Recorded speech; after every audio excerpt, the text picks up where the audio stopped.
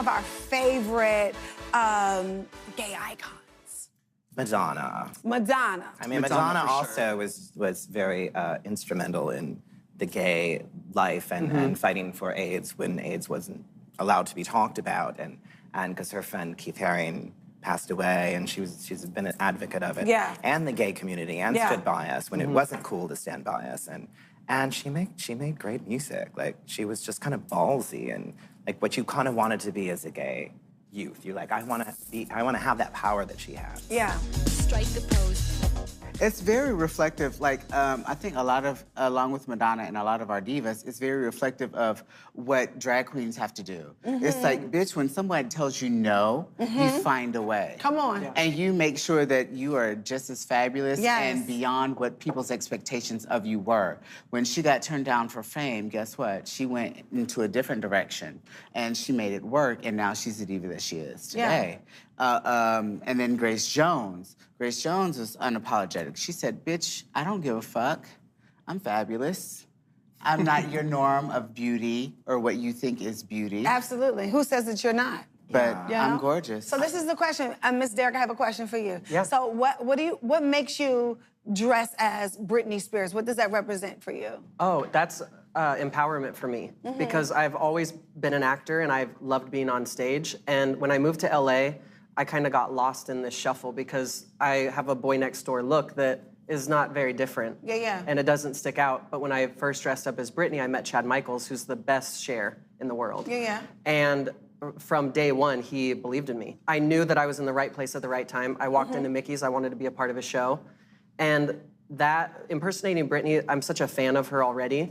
So drag and impersonation, it was so obvious to me. I didn't even think about, oh, well, I need a drag name, or I need a drag personality, or I need to wear drag hair. It was a character. And I wasn't gonna stop till I perfected it, and I think I did. Well, yeah. Oh, yes. You turned it in. I know I did. I think you've done something with it. So really honestly, how does one become a gay icon? You threw out a lot of names here. I think being a gay icon, you need to be able to connect with the audience, and I think part of that is being real from the get-go. Right. Like, Adam Lambert has been out from the get-go. Yes. There's not many gay male pop stars that you can name that started out. Adam started out. Do you remember he did that on American Idol? Do you remember that? Yeah, I know. He did not care. And they were trying for that. They were trying to edit it out then. Wow. Right. I used to be in a band with him called Trans K, and we would go do the gigs. He would do Freddie Mercury, I'd do Blondie, and he was just always out. He was in musicals, and there's no keeping that light under a bushel. And I think people connect with him because he's just him. You know, and I think people latch onto that, and they want to lead the parade and get behind those people. And it helps, you know, and having icons like that and role models and friends, because he's cool as fuck. He comes out, he goes to the gigs. And what's really cool about Adam Lambert is that, like, his audience is not, like, necessarily a gay audience. If you go to an Adam Lambert concert, it's like a bunch of middle-aged women who fell in love with him on American Idol. So they are coming in, these straight women, and middle-aged women, like, with husbands and children, and they're coming to see this gay musician performing and being who he is. And it's changing the older generation's view of our community.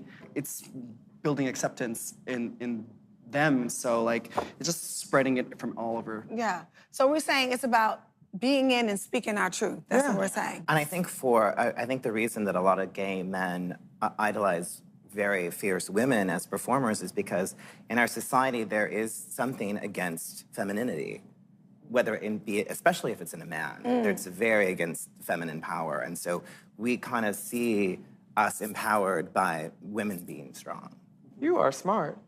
She is. Just little tidbits. Don't tell anyone.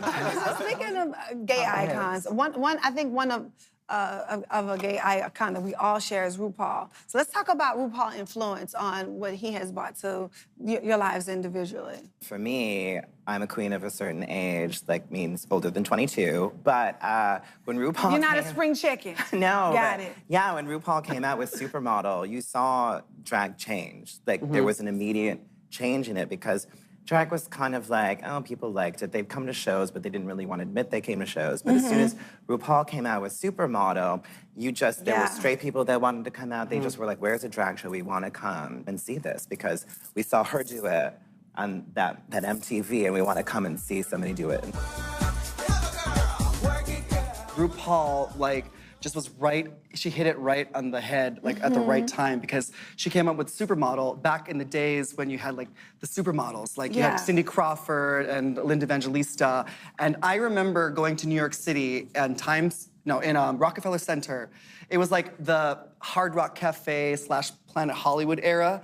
The supermodels all got together. I don't know whose idea this was because I'm assuming none of them eat. But they all came together and made a restaurant. Right. It was like a supermodel restaurant. I forget what it was called. It was a snack bar. Oh, it was. They served hamburgers. What? It was called Fashion Cafe. Yeah, there's that Fashion Cafe. I remember that. Oh my goodness. I have a martini glass from Fashion Cafe. Really? Yeah. I remember like me and my family, and I was this little like teenage boy, and I didn't quite understand what was like going on in my sexuality. But I remember like sitting down in a booth, and there was a big giant like shadow box with RuPaul's dress inside of it. Wow. From the cover of Supermodel. Wow. And I remember thinking, I don't know, I mean, I was always gay, but I remember thinking like, this is the booth that I want to sit underneath. Because RuPaul's dress is there as opposed to all the other sample sizes that were hanging above all the other booths. So that was like a really cool moment for me when, and that's really cool because RuPaul like kind of like piggybacked on that whole Supermodel thing, which was really huge in the 90s. And she was smart for it, and you know, it's still paying off for her. Yeah. For me, it was the first time that I saw drag that was looked at as beauty by everybody. Yeah. He wasn't being funny. He didn't look like a man in a wig, which is kind of what we saw in the past with funny movies or funny characters. You know, Tom Hanks and Milton Berle and Flip Wilson. Bunny. Exactly.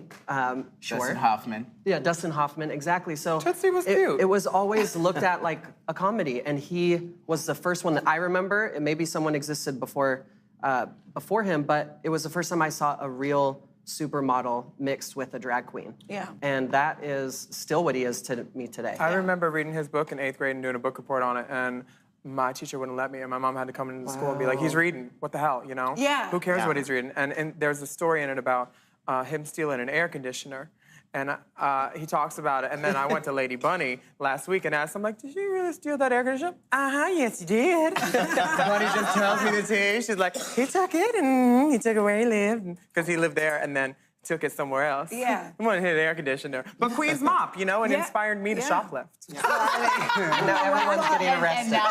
Look at me now. Look at her now. She don't have to shoplift. She has a credit card. Cheers to RuPaul, bitch. Cheers. What I love about her actually being the judge and one of the creators, if not the creator of the show, is the fact that she came from a multiple faceted background. She came from Club Kid Circuit, and she's also glamazon. She's also glamour. She's also beautiful, larger than life. So when the girls on the show and drag queens or anybody says, oh, I can't do that, this is not who I am, you can be whoever and whatever the fuck you want to be. Come on, somebody. And create it.